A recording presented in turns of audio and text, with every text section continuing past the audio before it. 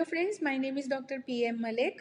Currently I am working as a Principal and H.O.D at Education Department. Welcome to my YouTube channel PM Knowledge Hub. Today we will discuss about Chapter 2 Literature Review for a Thesis. This video provides a general introduction about Chapter 2. What should be included in literature review with easy explanation. Every work will have some previous work to it, or some might have attempted doing it. Such things fall under literature review. Prior to the starting of the work, one has to search different sources like previous theses, libraries of theirs as well as that of reputed institutes, internet and other area in order to find the status of their intended work. One can understand how much work is actually done, how much work can be done further, etc. Also, it gives the idea about various approaches and methods followed in solving the problem intended. Again, identification of selection of crucial parameters, different solution techniques, and processes are also possible to be explored with literature review.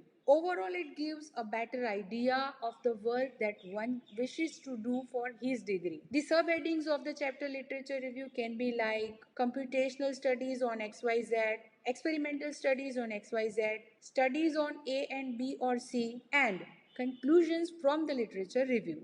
In detail, first the computational studies of the work done may be reviewed. Then the experimental studies pertaining to the same area can be reviewed. After that, based on the area chosen, different studies on the selection of parameter can be done. In the end, the conclusions made from the literature review are to be given in about 8 to 10 lines, written separately as a reasonable conclusion. Based on the conclusions made from the literature review, your work is expected to be planned. Research papers are to be reviewed according to the year of occurrence of the development and brought to the text in the same order. Put them in logical way, like Malek PM 2006 did experimentation on yoga effect on brain health. Shrimali MC 2008 conducted the experiments on the same yoga effect on brain health and found improved efficiency. Also, there should be proper interlinking. Literature review is